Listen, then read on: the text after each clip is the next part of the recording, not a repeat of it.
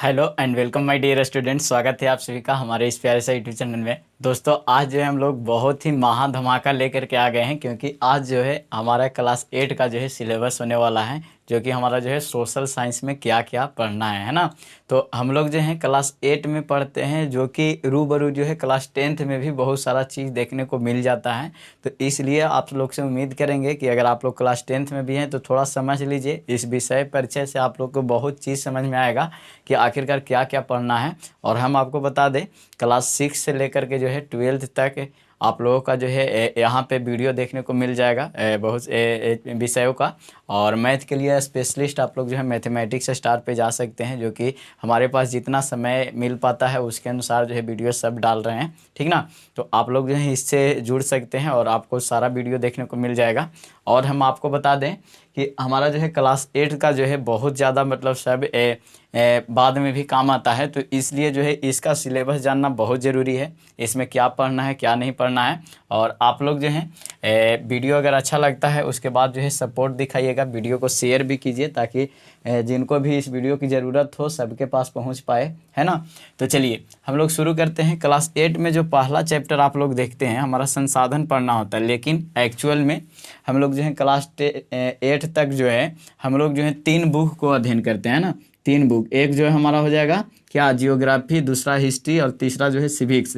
लेकिन आप लोग अगर 9th और 10th में अगर चले जाइएगा तो उसके बाद जो है आपके बुक की संख्या जो है बढ़ा दिया जाता है, एक और बुक हो जाता है उसमें, जो कि हमारा जो है समझ रहे होंगे इसी से निकलता है, जो कि आपको बताएंगे, है ना।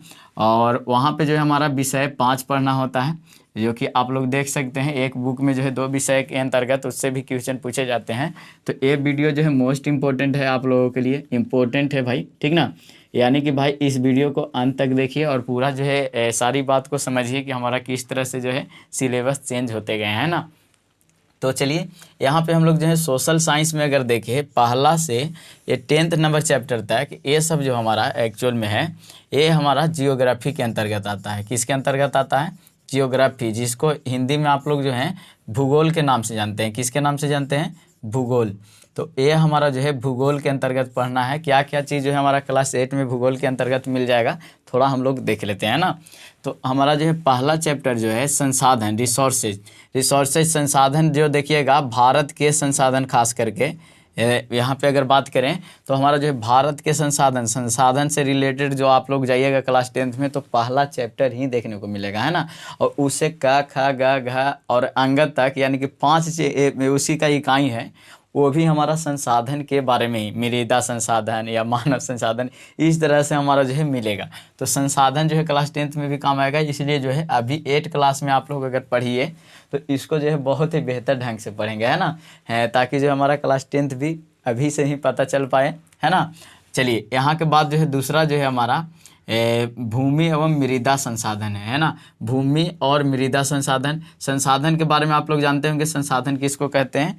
जो हमारी आवश्यकताओं को पूर्ति करने में सहायक होता है ना। तो हमारा जो है देखिए, तो भूमि पे रहते हैं तब ना उपजता है तो खाते हैं, तो ये हमारे लिए संसाधन होगा, हमारा आवश्यकता पूरा कर रहा है ना, तो हमारे लिए संसाधन हो गया। फिर उसके बाद अगर बात किया जाए तो मृदा संसाधन कैसे होगा, है ना। मृदा संसाधन कैसे होगा? मिट्टी, तो मिट्टी का भी अब बताइए, अब बालू में जा करके आप लोग पेड़ पौधा धान उपजा दीजिएगा, पता चलेगा पानी नहीं रह रहा है ना। तो मृदा भी बहुत उपयोगी होती है। तो मृदा संसाधन भी हम लोग जो है क्लास 8 में ही पढ़ेंगे और ये भी जो है आप लोग को क्लास 10th में मिल जाएगा, है ना। तो इसलिए मोस्ट इंपॉर्टेंट है। फिर उसके बाद जल, वन और वन प्राणी के संसाधन पढ़ेंगे, जो कि ये भी क्लास 10th में मिलेगा। जल, वन और वन प्राणी की मतलब बता दें, जो हमारे जंगल में जो है किस तरह से जो है जीवन होता है, वो जो है हमारे लिए किस तरह से सहायक होते हैं इस संसाधन के। यानी कि जो है लगातार जो है 3, 4, 5 चैप्टर जो है कम से कम आप लोग के जो है संसाधन देखने को मिल रहा है, जो कि क्लास 10th में पहला चैप्टर भी जो है संसाधन है ना। तो संसाधन जो बहुत इंपॉर्टेंट है। आप लोग इसे क्लास 8 का जो है सामाजिक विज्ञान अगर हम जो है स्टार्ट करते हैं, सोशल साइंस स्टार्ट करते हैं, तो आप लोग क्लास ज़रूर अटेंड कीजिए, क्योंकि छोटा वीडियो होगा और अच्छा भी होगा, है ना। तो यहाँ से देख लीजिएगा। चलिए, तो इसके बाद हम लोग खनिज एवं ऊर्जा संसाधन पढ़ेंगे। फिर कृषि भी संसाधन है, उद्योग भी संसाधन है ऐसे। तो ये जो है कृषि के बारे में पढ़ेंगे, उद्योग के बारे में पढ़ेंगे। और फिर उसके बाद मोस्ट इम्पोर्टेंट, ये मानव भी एक संसाधन है। का है भाई?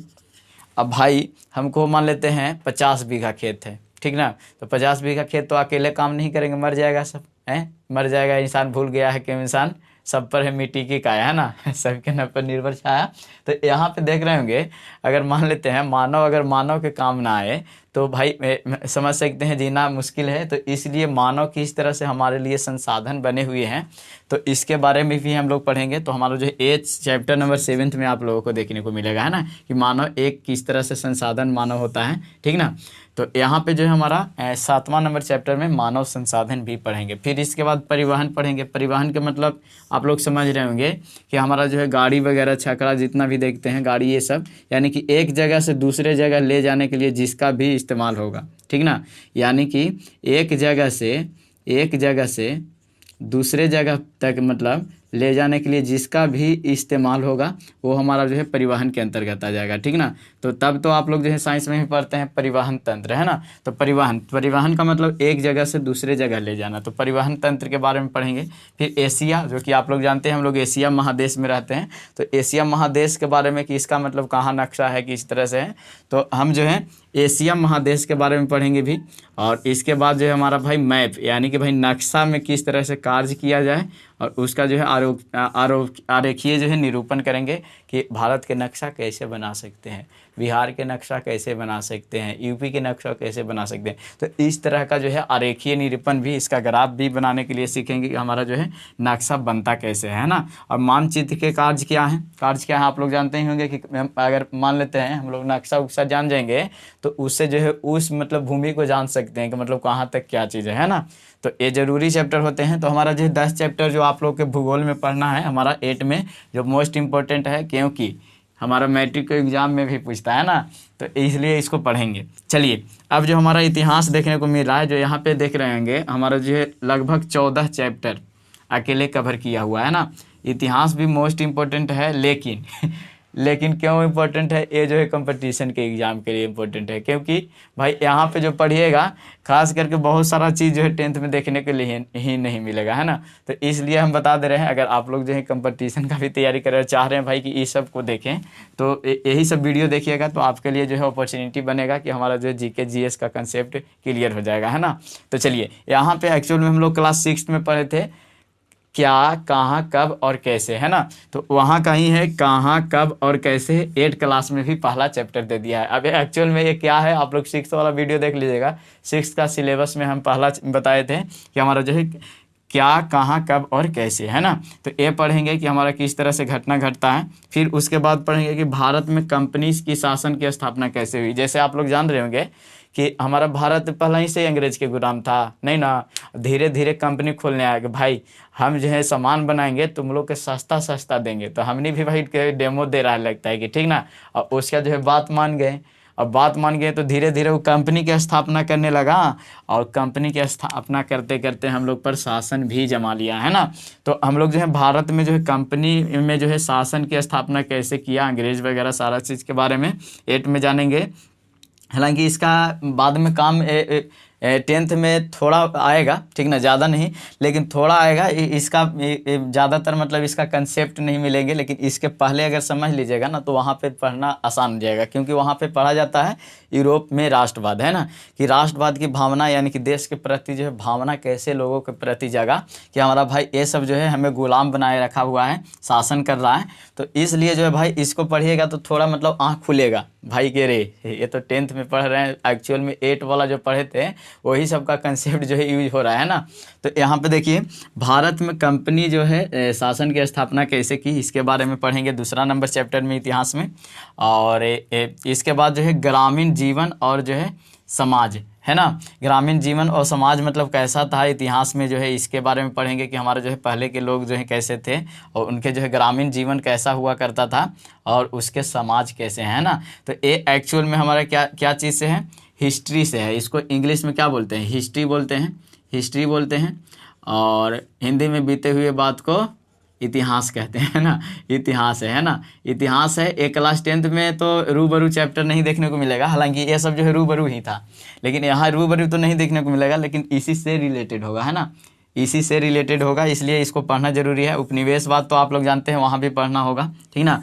और इसके जनजातीय समाज जो है किस तरह से विकसित हुआ, तो उपनिवेशवाद एवं जनजातीय समाज के बारे में पढ़ेंगे। ये हमारा 4 नंबर चैप्टर।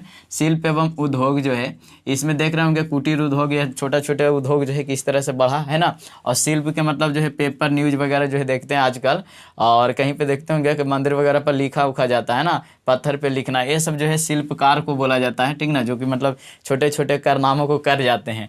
तो शिल्प और उद्योग के बारे में जो हम लोग जानेंगे। फिर 1857 की क्रांति मोस्ट इंपॉर्टेंट, ठीक ना, इसको VVI मान लीजिए। ये चैप्टर जो है आप लोगों को जो है क्रांति ले लाएगा, ठीक ना। 1857 की क्रांति भी लिखा हुआ है, इसमें मंगल पांडे नामक एक आदमी आएंगे।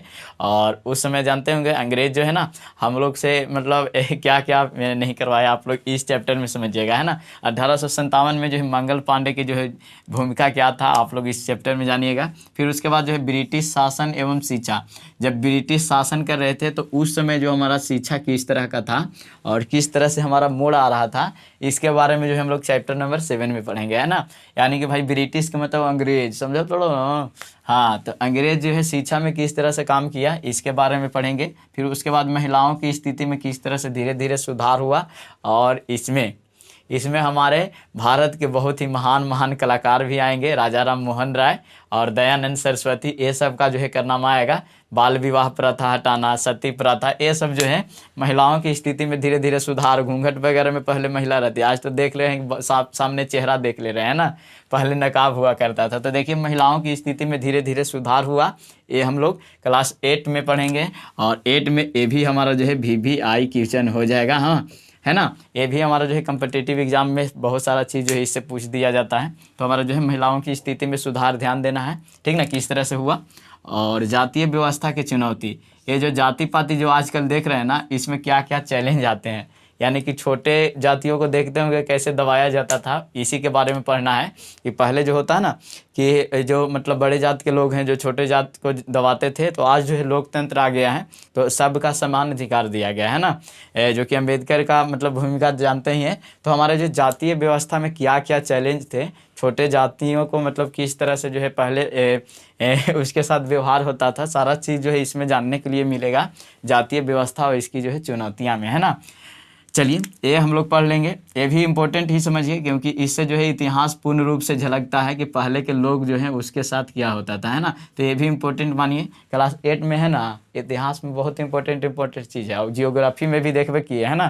तो इसलिए 8 के छोड़ना नहीं है, 8 को पकड़ के रखिए, उसके बाद सब काम आएगा। चलिए उपनिवेशवाद, फिर से उपनिवेशवाद का मतलब समझो तो, जो आदमी गुलाम रहता था ना, तो ओकरे में जो है ना उग्र भावना उत्पन्न होता है। जैसे मान लेते हैं हम एगो मतलब राजा बन गए, महाराजा बन गए, ठीक ना, बड़ा आदमी है, और 10 आदमी के जो है ना हम क्या है अपने मतलब गुलाम रखे हुए हैं, हम जो कहेंगे सही करेगा, तो अपने में जो है विचार करेगा, बाद विचार करेगा, उसी को हम लोग जो बोलते हैं कि हम जो है गुलाम जिसको बनाए वो आपस में जो है बाद विचार किया, वो जो है उपनिवेशवाद के अंतर्गत आएगा। तो गुलाम वाले लोग, और उसका जो है शहरी बदलाव कैसे हुआ ये भी जानना है, ठीक ना। एवं शहरी बदलाव धीरे धीरे जो है शहर में जो है किस तरह से बदलाव हुए इसके बारे में जानेंगे। फिर उसके बाद जो है आर्ट सेट में जो है कैसे मतलब परिवर्तन आया, यानी कि कला के क्षेत्र में कई लोग कलाकार दिखाते हैं, मूर्ति बनाते हैं, है ना, चित्रकारी दिखाते हैं, जो कि आप लोग पटना के म्यूजियम में भी देख लीजिएगा, है ना। पटना म्यूजियम के एक वीडियो बनाए हैं जो कि हमारा चैनल ये सब पर नहीं मिलेगा, मैथमेटिक्स स्टार सुदृष्टि स्टार पे नहीं, इसके लिए हमारा एक नया चैनल है ना, स्टार वर्ल्ड SK राजा, है ना, स्टार वर्ल्ड SK राजा चैनल, आप लोग जो है जा करके उस पर देखिए, हमारा जो उसमें बनाया गया होगा पटना म्यूजियम, है ना पटना म्यूजियम देख लीजिएगा, उसमें पता चल जाएगा कि कला क्षेत्र में जो है किस कैसे धीरे धीरे परिवर्तन आया। उसमें बहुत सारे आर्टिस्ट का जो है वहाँ पे चित्रकारी भी है और मूर्ति वगैरह तो है ही, तो आप लोग देख सकते हैं। इसका जो है वीडियो देखिएगा स्टार वर्ल्ड SK राजा पर, और अगर वीडियो अच्छा लगेगा तो वहाँ जा करके कमेंट कीजिएगा ताकि आपका प्यार और सपोर्ट मिल सके। चलिए आगे चलते हैं, राष्ट्रीय आंदोलन और संक्षिप्त चर्चा इसके बारे में है। तो राष्ट्रीय आंदोलन उतना नहीं पढ़ना है क्योंकि क्लास 10th में पूरा एकदम डिटेल से गांधी जी क्या किए क्या नहीं किए, है ना, तो उस पर चर्चा होगा। लेकिन यहाँ पे जो है संक्षिप्त परिचय हम लोग देखेंगे, संक्षिप्त चर्चा करेंगे, छोटी सी बात रखेंगे, है ना। तो राष्ट्रीय आंदोलन के संक्षिप्त चर्चा हम लोग करने वाले हैं यहाँ पे। फिर उसके बाद जो है स्वतंत्रता के बाद भारत, ये तो हालांकि नहीं देना चाहिए था, हालांकि दे भी दिया है तो क्या करें, है ना, पढ़ेंगे। स्वतंत्रता के बाद भारत, यानी कि भारत जब स्वतंत्र हो जाता है, कब, 15 अगस्त 1947 में, है ना। तो उसके बाद जो है भारत की स्थिति कैसा होता है, किस तरह से बदलाव आते हैं और किस तरह के लोग हमारे सामने रहते हैं, इसके बारे में जो है हम लोग चैप्टर नंबर 13 में पढ़ेंगे, है ना। बहुत ही इंटरेस्टिंग चैप्टर होने वाला है ये भी। तो अभी तक वीडियो को लाइक किए हैं नहीं ना, कीजिए, जल्दी से कीजिए लाइक। और इसके बाद जो है हम लोग जो है आगे बढ़ते हैं ना।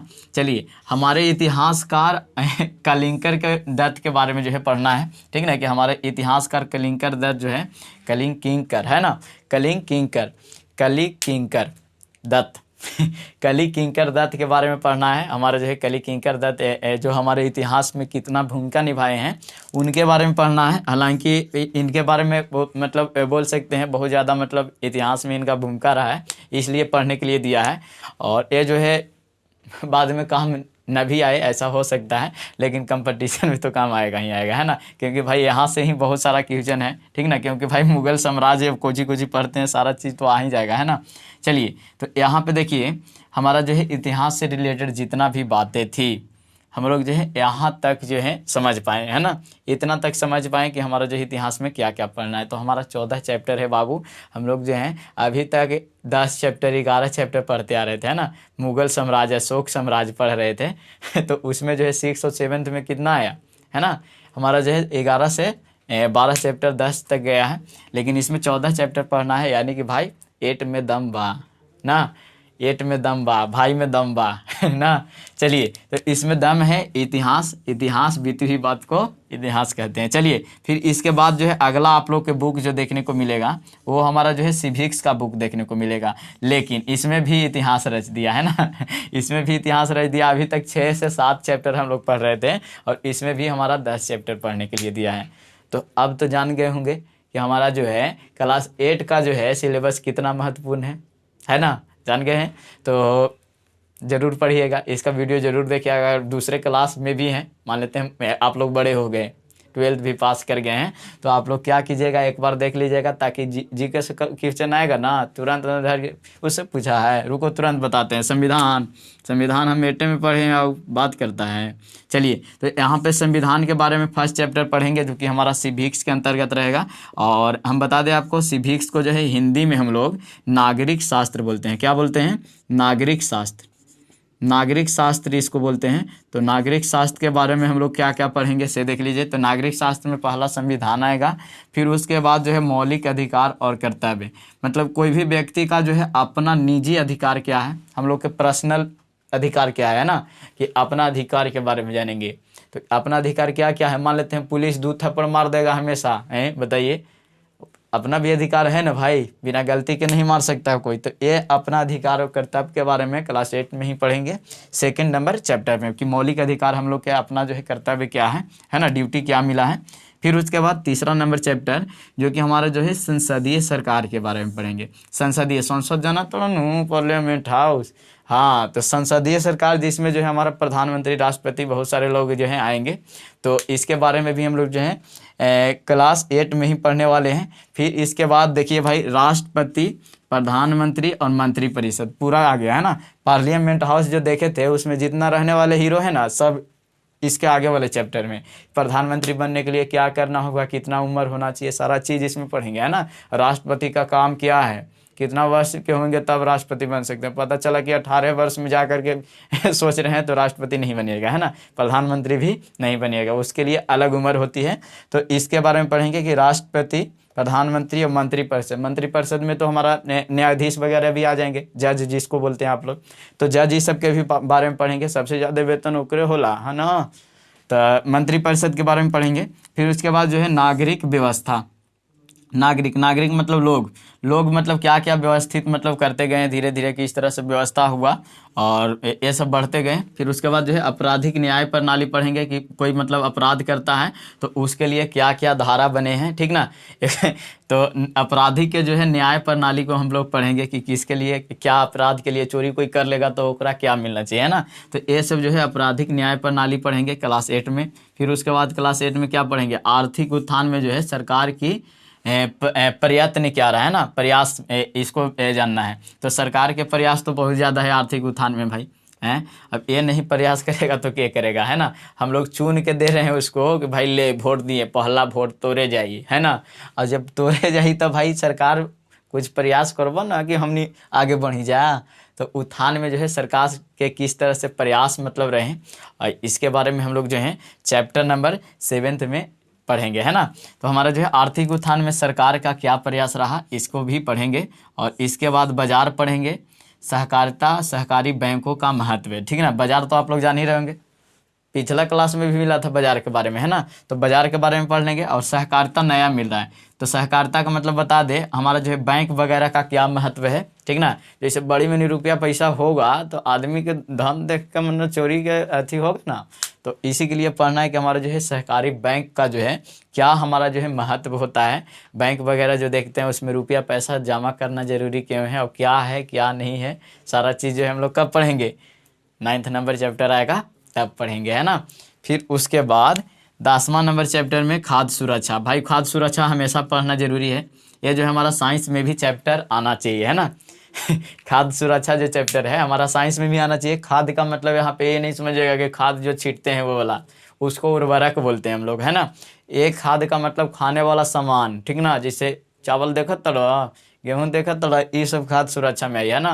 तो ये सब के कैसे हम लोग जो है रखते हैं बहुत अच्छे ढंग से, इसके बारे में हम लोग इसमें पढ़ेंगे। यानी कि खाद्य सुरक्षा, है ना, कि मतलब खाने वाला पदार्थों को जो है कैसे सुरक्षित रख सकते हैं। इसी के लिए तो फूड कॉर्पोरेशन ऑफ इंडिया चला, है ना, FCI। तो बहुत सारा चीज़ जो हम लोग देखने वाले हैं। क्लास 8 जो है बहुत इंटरेस्टिंग होने वाला है। तो आप लोग अभी तक चैनल को सब्सक्राइब नहीं किए तो जल्दी से लाल बटन को दबा के सब्सक्राइब कीजिए, ताकि सबसे पहले आप ही को वीडियो मिले। अब सबसे पहले देखिए और नॉलेज बढ़ाइए, है ना। चलिए, थैंक यू सो मच। आप लोग जो है हमें सपोर्ट करते हैं, बहुत अच्छा लगता है। इसी तरह अंत तक वीडियो देखते रहिए। और सिंपली मिलते हैं अगले वीडियो में। और आप लोग को बता दें 6 से 12 तक जो है इस पे वीडियो आएगा, और मैथ के लिए स्पेशलिस्ट, मैथमेटिक्स स्टार। तो जल्दी से दोनों चैनल को सब्सक्राइब कीजिए और आप लोग जो है हमारे साथ जुड़ जाइए, हमारे परिवार से। चलिए, थैंक यू, मिलते हैं अगले वीडियो में।